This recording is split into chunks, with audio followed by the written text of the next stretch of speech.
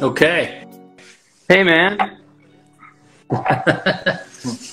It looks sunny in there. Yeah, the sun's setting right now, so it's pretty, it's a beautiful golden hour here. How are you? Great, man. It's good to see you. Yeah, likewise, likewise. I was hoping to see you at the aesthetic meeting. Yeah, the meeting was a little bit earlier than usual this year, and a while ago, my wife and I planned to do something with our kids that same weekend. Mm-hmm.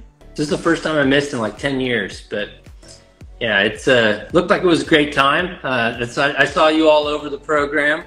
Yeah, Interviewing, talking, med student mentoring. Yeah, you're a staple at the educational meetings, and so that's kind of where I met you many years ago, and we've had a good time learning and growing over the last several years. Yeah, it's been kind of surprising to think back. It's been as many years as it has to feel like we're just getting started, but yeah, no, it's been a lot of fun, and it's kind of a great signal, right? We're all trying to do the same thing. We're trying to be, doing the best work we can, be around good people, and that's kind of what we get, right? And also educate the folks that are younger than us the same way that we learn so much from some of the older guys. Oh, for sure. So, did you have a good week? It's awesome, man. We were in the desert at a resort in Scottsdale area, and just got some good time with the kids. Just kind of unwound a little bit. But how about you guys? Tell me what the meeting brought you this year that was unexpected. The rhinoplasty symposium was excellent this year. The Rhinoplasty Society meeting, which I know you've always attended in the past. I've seen you there several times in the past. It was really great. Sam Most was the president this year, and all the usual guys were there.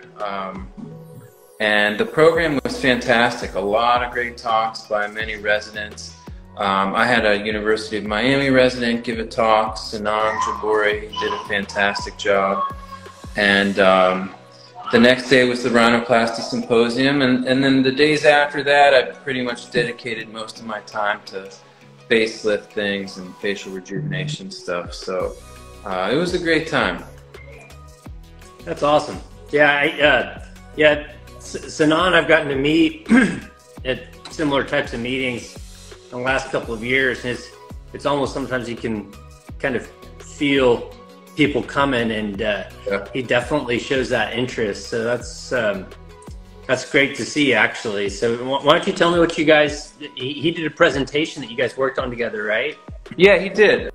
So I think one of the things that in rhinoplasty, the devil is in the details, and one of the things that's so important, particularly in when you're trying to get that elegance of a nasal tip, I think super tip break and really re-adhering that skin envelope back down to the nasal frame is so important. So we talked about our technique for creating super tip break and marrying that skin envelope back down to the nasal frame.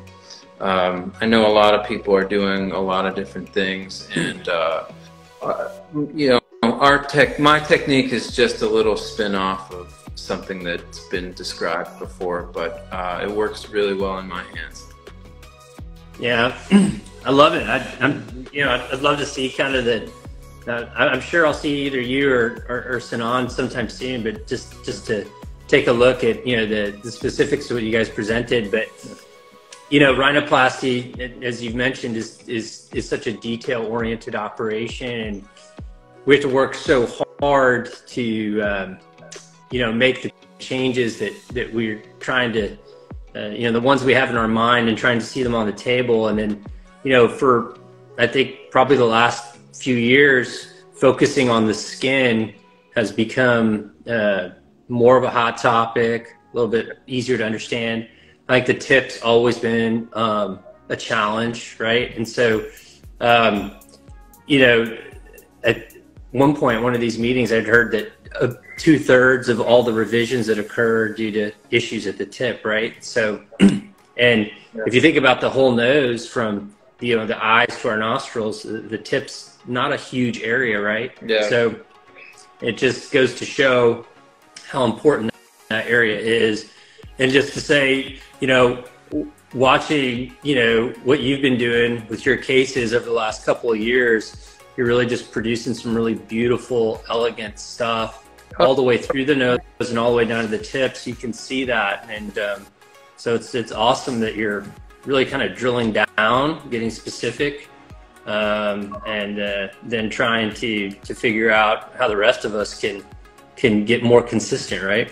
Yeah. Well, thank you so much. You know, it's always nice to hear that from another plastic surgeon. I mean, we're always so, in a loving way, very critical of each other's results. But so as I understand it, you're doing more and more rhinoplasty. It's very clear that you've got a passion for it. I mean, I see you at all these meetings, and you're posting great stuff as well. So tell us about your journey. And I know you do phenomenal breast and body work. Maybe you can touch on that a little bit and tell us how your interests are expanding. Yeah, you know, I think, I mean, thanks for kind of talking about that. And, you know, I think rhinoplasty is something that I think it's one of those operations or techniques that kind of grabs hold of a personality, right? And then there's people who are just like, you know what, forget it. And then there's the rest of it, like, we know this is hard, we know this is challenging, and you're just like, I don't care, I still can't get enough of trying to figure it out, right? You nailed it. And so I think it's just one of those things, if it's in you, it's hard to shake it, even if other things are happening. And so for me, you know, we all get started somewhere, and you know, we hope, you know, we leave, you know, our mentors and our training programs. You know, for me, I got started with really difficult breast and moms, and my practice consists of 80% of the patients that tend to find me and walk into my doors or look at me on the internet are looking at post-pregnancy related issues. You know, the mommy makeover, as it's come in vogue to call, right? And so that's where I got started, and it really just focuses on like being a rhinoplasty surgeon, trying to do your best. And so, I've been, you know, blessed to have that in my practice. It's still, you know, 75% of what I do. But what happens, you know, as time goes on is you get different questions that emerge. And a lot of my breast augmentation patients would have concerns about their nasal tips. Some of them were minor, some of them were more moderate. And, you know, so I took those cases, you know, as they came. And, you know, as those cases show up and we start to, you know, deliver happy patients, that's really how this kind of stuff works. We can all say that we do something, and we can make ourselves a label. And I think that's become very popular to say, like, what you focus on or this, that, and the other.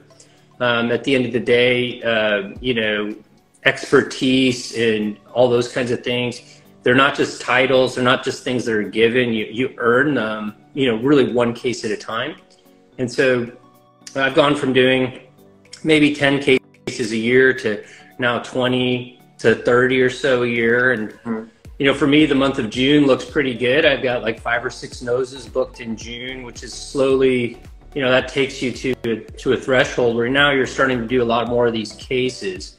And so that's where I am. I'm on that kind of upward arc. And, you know, along the way, I've realized where patients seem to be, you know, content with procedures I may have done. But, you know, as you talked about being critical, I look back at my own results and, can't help but think where I could have gotten better, right? And so I think, you know, somebody that we interact with a lot, a guy named Steve Levine once said at a meeting that I was there, it's just easy to feel insecure as a plastic surgeon. Because that's what we're trying to do. We're trying to be perfectionistic and obviously that's very it's impossible, but that's still the goal. Yeah. So that's kind of where I'm at, and watching your growth in your practice, and I know that you do a nice volume of rhinoplasty now, and I think it's very, very exciting. And part of the thing is it's a difficult procedure, and in any given community, there's going to be a handful of people that want to do these things, and so hopefully I get the opportunity to kind of continue to build that momentum. Oh, that's awesome. That's awesome. Yeah, it's there's so many things that you said there that I want to echo, and I always stress to patients that perfection in plastic surgery is fleeting, but that doesn't mean that we can't try really hard. And it's that pursuit of perfection that really just it's so motivating and so fun for us. But I want to switch gears a tiny bit and get your opinion on a few things as it relates to body surgery.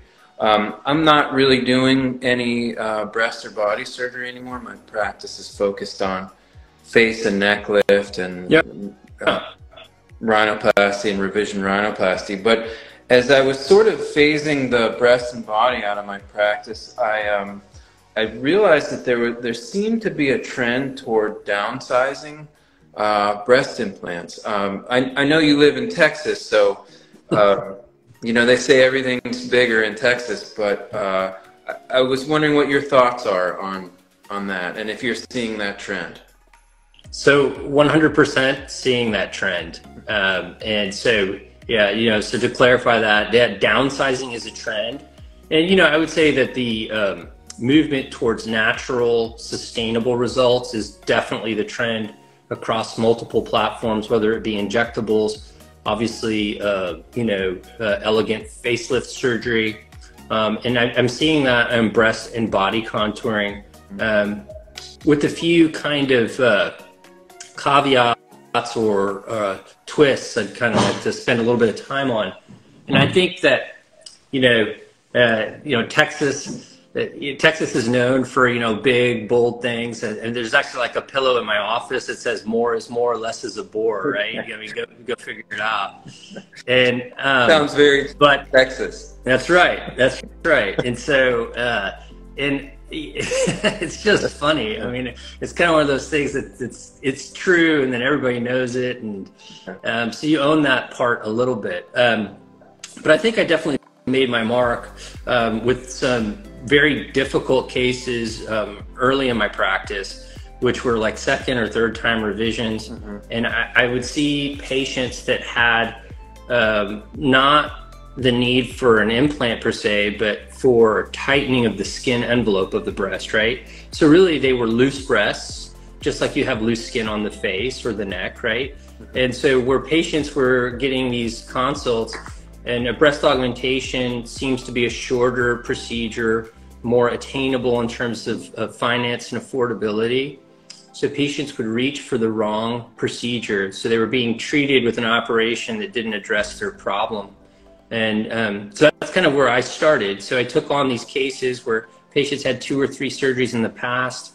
We would downsize or remove the implant altogether and do a proper breast lift. And so a lot of my practice involves breast lifting with implants.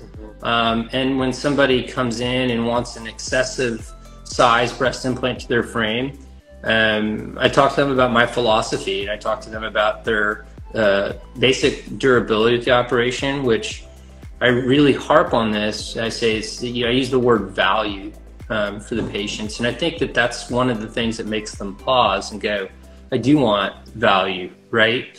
So any things that we do, we're looking for them to look beautiful but also hold up. So I did 4 breast cases today, and the largest implant I used was 330 cc's, and I used a couple of 260 cc implants and a 220 cc implant. So I think that's maybe out of the ordinary for your traditional Texas out there and loving it type of vibe, but that's definitely been something that's been, for me, a hallmark of my practice. Do I have patients that have a request for a noticeable or large implant and they can sustain it safely? Sure. And we talk about that, and I just put those kinds of things in my notes, but it's definitely the minority. Yeah. And then the other thing I'd like to really point out is there's two categories of breast patients in my practice. There's the young kind of first timers. They're in their 20s, and you know, for them, they tend to want to push the envelope in size. Bigger is better for them, right? Mm-hmm. And so I see a lot of those patients, and I'll be very kind of conservative in my recommendations, and they'll wish they would have gone bigger is a common phrase. But I remind these patients, and I see a lot of patients that are 50 and up with older implants, procedures that have aged essentially. And I will tell you that I think 85% of my patients that are over the age of 45 ask me to downsize, specifically that trend that we had talked about. So, yeah. You know, I approach it by saying, let's look at this holistically. This isn't a procedure between the two of us, it's a partnership. And I think that part of it resonates. Those are my kinds of patients. Yeah. They're gonna feel like that they mesh well with me and my practice, that we're going to be a good match. And then obviously those patients that want me to do something that I think might tend towards unnatural or unsafe, they're probably not going to mesh well or match well with me. And so I just let those kinds of things go organically, right? Yeah. Yeah. That's great. I mean, I find that there are so many similarities in what you just said. So I think one thing that you mentioned is early on in your practice, you took on some very difficult revision cases. And I think that if you have the ability early on and you have success with those cases and you're willing to take them on, it's great to build a practice that way. I went through a similar situation when I started out about 6 years ago. For some reason, I was getting all these revision neck lifts and revision facelifts and revision rhinoplasties, and I think it's because no one really wanted to take them on, because, as you know, the revisions are difficult. Yeah. And I had a huge appetite for it. I wanted to get busy. I wanted to get my hands dirty and get in there.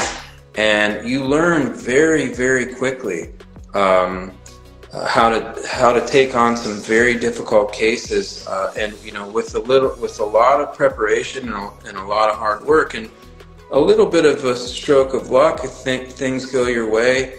And you know, after taking on some challenging revision face and neck lifts and noses, and then getting that primary facelift or that primary rhinoplasty, it's like the degree of difficulty. I mean, the stakes are still high in all these operations, but the degree of difficulty to try to get to that result is much, much less. So having that experience with revision, you know, complex revision, face, neck, nose surgery, and then having the you know, the primary first timers walk in, it's never a breeze. I don't want to try to make that be the point here, but it's certainly a degree of difficulty less. Yeah.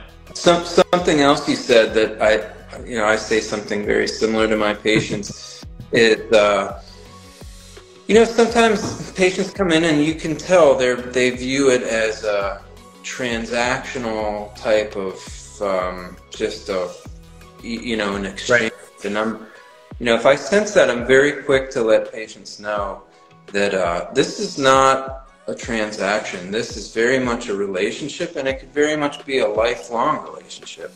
And if I feel like I'm not connecting with a patient that way, then, you know, I just like you do, I'll tell them it's probably not the right fit. That's right. Yeah. Steve, I'm gonna shut my blinds here for a second. This sun is blinding me. You're looking good, though. I did not plan it that way, but let's see if that helps. Yeah, that's a little bit better. How's my lighting doing? I can't really tell. You look fantastic. Always. It's good. It's all these good skin tips from Dr. Afrooz. Yeah, exactly. Into your Instagram, I'm like, yeah, you know what? They really should exfoliate more. Yeah. What kind of skincare are you guys offering in your practice?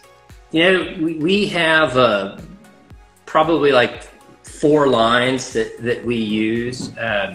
And one of the interesting things is I got really interested in laser resurfacing about 4 years ago. Yeah. And I think that skincare, was always something I was aware of, but I didn't necessarily have a great grip on what I wanted to tell my patients to do. What I thought would be an effective regimen from them. So, but we lean on Skin Medica a lot for a variety of different reasons. But one of the biggest reasons is that, as my office has grown, I've got a great team of nurses and estheticians, and they just love those products. Mm-hmm. And I have to be honest, it's when your staff loves and uses and tries different products, that just has a tendency to translate to the patients. We try and be very objective and brand agnostic.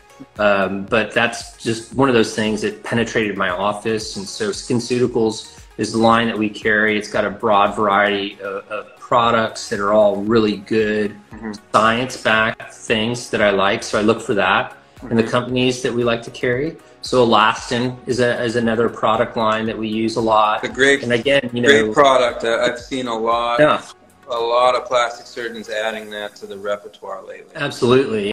And I think, with surgical or resurfacing procedures, the healing cascade is well impacted by their peptide technologies. We do carry ZO products. I mean, I think that's been a real stalwart in the skincare game, and it's such an elegant lineup of products, and they work, and then they feel good and they smell good. It's a great combination of stuff. And then we also partner with Skin Medica. We have a broad line of Skin Medica products. A lot of our clients like the TNS serums, and then they like the partnering with Botox and other things that are commonly done in the non-surgical realm. So those are the 4 lines we lean on. Okay. Yeah. Well, we've got Melinda Farina watching. Oh, wow. Who is a pillar in the world of plastic surgery, and she telling us we should check out Dr. Baber Calming Therapeutics. So that's something we'll definitely look into. Hi, Melinda. Hi. So it's nice to see the beauty broker. This is amazing. Yeah. I enjoyed the commentary on Instagram today about the banter that goes back and forth about how patients find specific plastic surgery specialists, and I think it's incredible what's happened, and I always learn something from some of these beauty broker posts, and so I find it to be super helpful. It's really wonderful that she's been able to be an objective consultant to really help steer patients, and she listens, and she just provides really objective information. So it's really been refreshing. So little shout out to Melinda there. I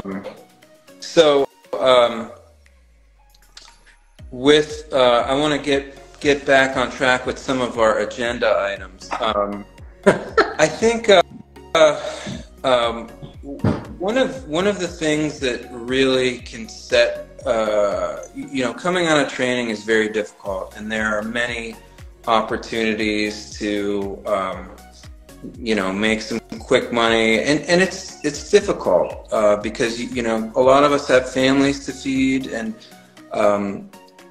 but maintaining your integrity as a surgeon is something that I think that you've done very well, and it's something that I work very hard to maintain, because at the end of the day, all we really have is our reputation, and we've got to protect it. What are the types of things that I mean, you touched on this a little bit, but tell me how you maintain your integrity over the long term as a surgeon. Yeah, wow. What a great topic, right? And it's just,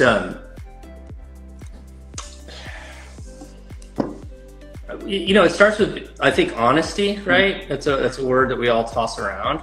And then, you know, you have to have some sort of perspective on, are you looking at something that you understand and that you can treat? And then, you know, some ability to be fair about your ability to improve situations for patients, because that's what we do, right? Right. Patients walk in at a starting point. It doesn't have to be a revision case, which we just talked about some, but it's just a case of a first-time surgery. And so we look at these starting points, we identify what they are and define treatment goals. And so, you know, an unrealistic patient's pretty easy to kind of deal with when you unpack that, right? Because if you start defining treatment goals and you get pushed to something that you don't see, yeah, those kinds of things don't line up, right? And so that's a clear indicator to a young surgeon in practice. Hey, I'm not either diagnosing this or it's not a good match, right? You don't really know which one it is until some time goes by and we get a little bit more seasoned. And even with time, we still have situations that get biased in ways we didn't anticipate. Yeah. So being honest about that, you know, I feel like we're lucky. We have a network of people that we've known from training and meetings like you talked about. And if there's somebody that wants something really specific that I often don't do, I don't mind telling my patients that. I mean, yeah, you know, I think that in the world of rhinoplasty is a good example. There's some cases I just have not seen a lot of. And one of those would be like an Asian rhinoplasty with, you know, costal cartilage, dorsal augmentation kind of situation, right?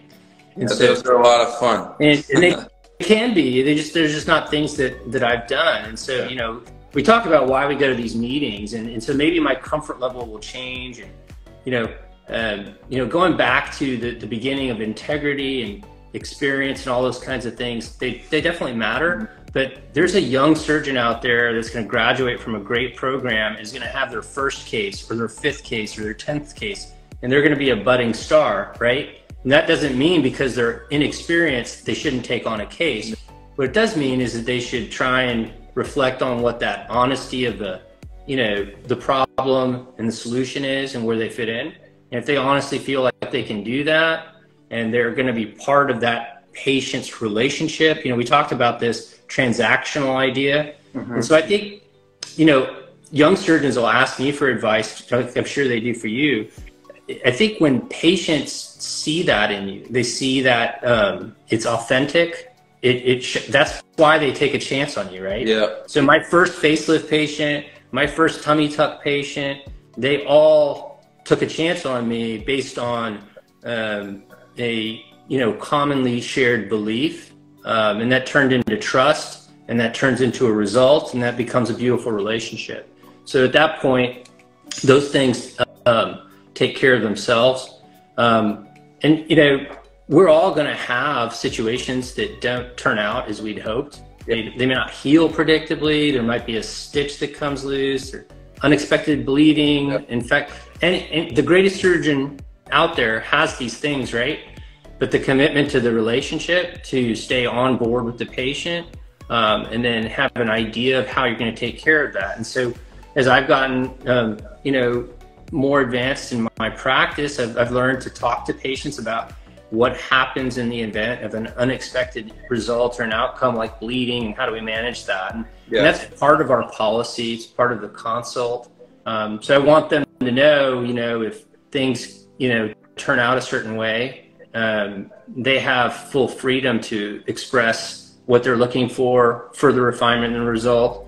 And at the same time, I'm going to let them know whether it meets my standard or not. And Right. I want them to feel that my standard is their standard.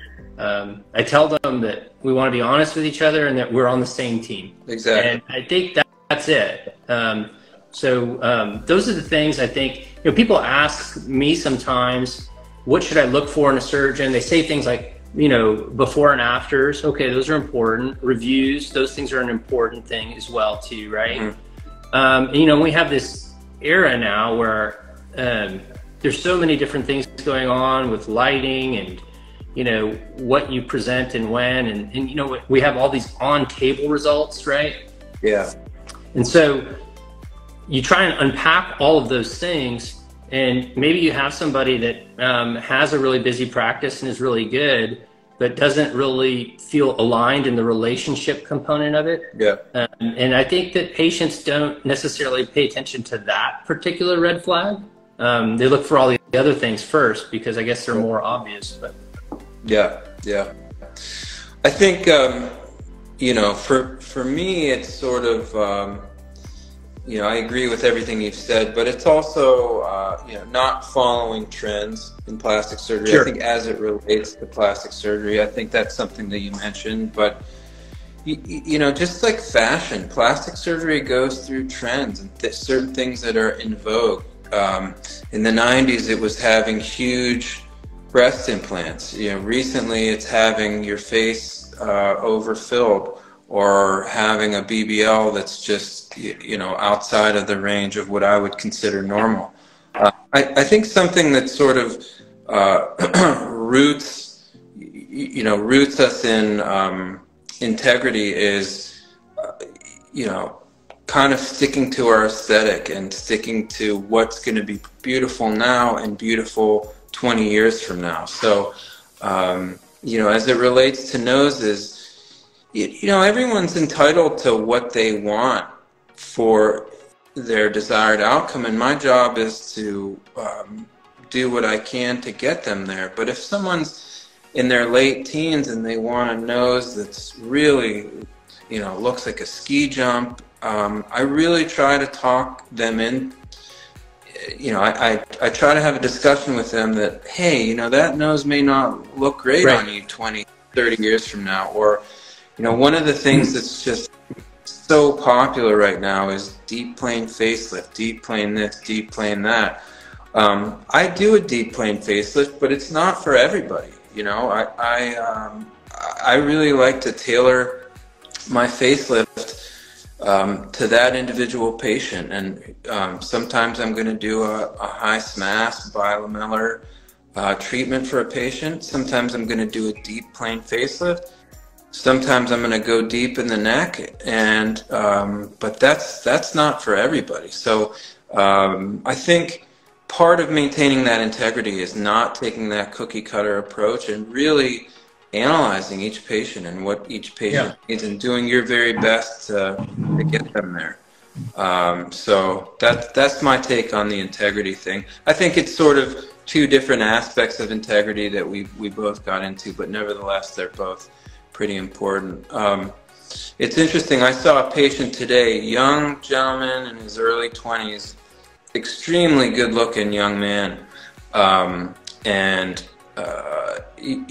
is beginning to want to do things like fillers and looking how to enhance all types of things that I just did not think were necessary. And I told him, listen,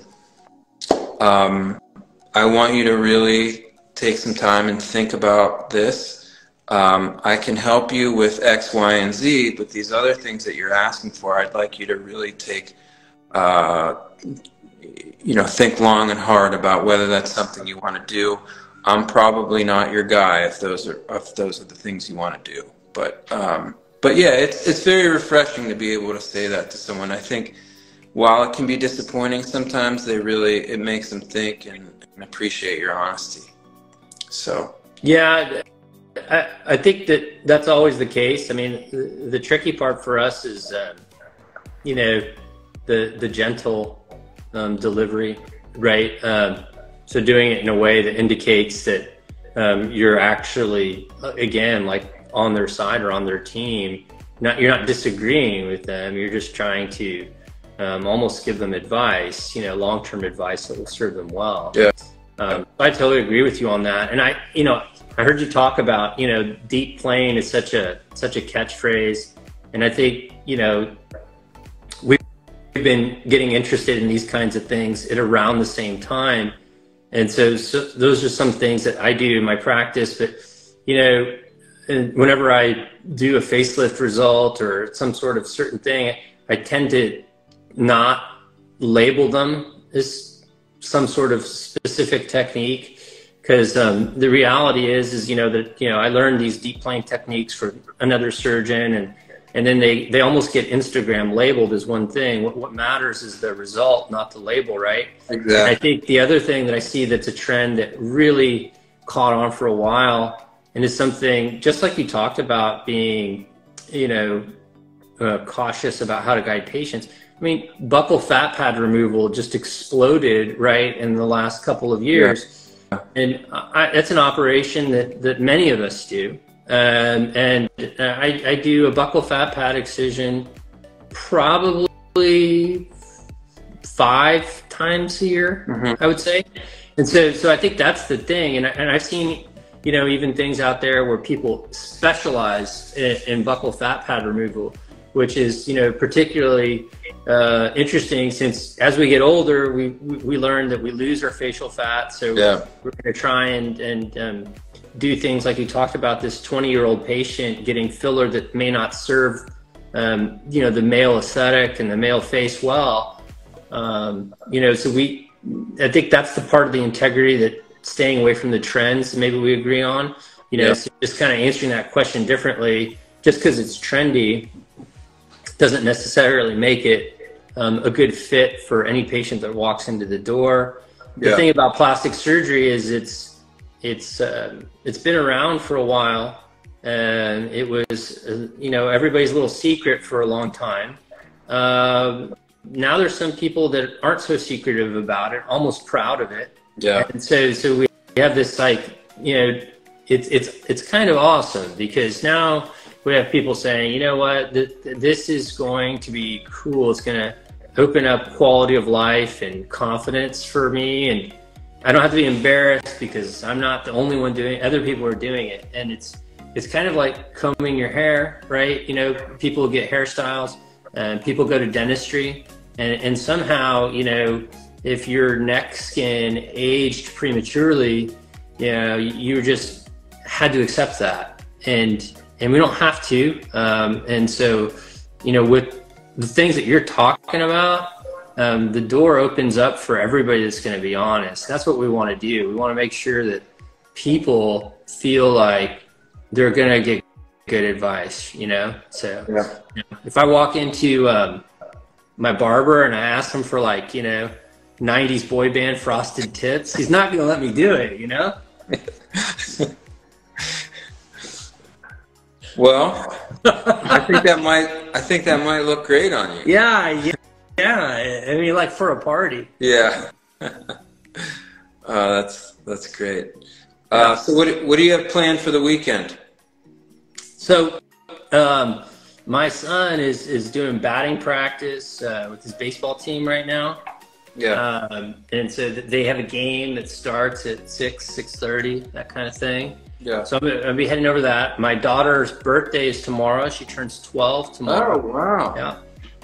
And so, just family fun. I'm like Clark Griswold over here, man. It's gonna be amazing. Maybe Home Depot. Yeah, maybe a little Bed Bath & Beyond, and work on the Trans Am a little bit. Yeah, that's excellent. Yeah. So I noticed over the years, I've noticed your French Bulldog on Instagram. How's is it a male? He is. His name's Remy. He's actually kind of floating around. He's hanging out by our little fireplace. It's like his little comfort zone. Yeah. Yeah. So, little update on him. He actually broke his spine 2 weeks ago, and so we found him, and he was pulling himself by his front legs, couldn't move his back legs. We're like, ooh, this is kind of odd. And so, you know, for like these medical nerds, he had like basically doggy cauda equini syndrome, right? Where he had impingement in that lower area. And so he got x-rays, and Frenchies are kind of low to the ground, you know, and our little guy is. And so he probably jumped off of a couch or a step and did it. So we actually just got him back from the vet 2 days ago, who was on high-dose steroids. Yeah. And I didn't know this existed, but there in Dallas, there's a vet that's a doggy spine surgeon. Mm-hmm. All he does is Frenchie spine surgery. Wow. And so he has to let things calm down. In about 2 weeks, we're going to take him to get this, and it should stabilize him. But he's been doing well. He's healthy. He's, you know, he gave us a little scare. Frenchies are kind of high maintenance dogs, but man, they are. If you ever want a dog, they're buddies. We're dog people in our family, and I was very on the fence about this. If you ever get to talk to my wife extensively, she will tell you how on the fence I was about this. Yeah. But now it's a family member. So, but he's doing great. And so, any of you guys that are out there, say some prayers for Frenchies. Yeah. Much appreciated. Yeah, But yeah, how about you? You got any animal loving? So I have a French bulldog as well. There you go. Yeah, he's my buddy. His name is Santino, and we call him Sonny. He's named after the Godfather, Santino Corleone. Those are my kids screaming in the background, by the way. But he's wonderful. He's 3.5, and he and I do all of my operative planning together on the couch at night the day before surgery. It's nice. So, yeah, he's. But I know that spinal issues are an issue for Frenchies, so it's something that we try to always be thinking about. Yeah. Do you have a ramp? You know those little ramps for like the couch? I just got a ramp. I tried to avoid that, but I guess that was dumb. Yeah. Steven, someone's having a pretty serious meltdown here, so I'm going to have to go help. Well, I have 2-year-old twins, and it seems like my help is needed. But anyway. I think so. This has really been wonderful. Yeah. It's great to connect like this, and you know, I look forward to seeing you soon, and potentially doing this again soon, and informing our audience, and just making plastic surgery better for everyone out there. Yeah, man. Paul, thanks for chatting with me. Thanks for inviting me into this forum. It's a lot of fun. I would ask you what your plans are too, but I know what you got to do. Yeah, I'm gonna go tend to this. So it was good chatting. Have a great weekend. We'll talk soon. All right, brother. All right. See you. Take care.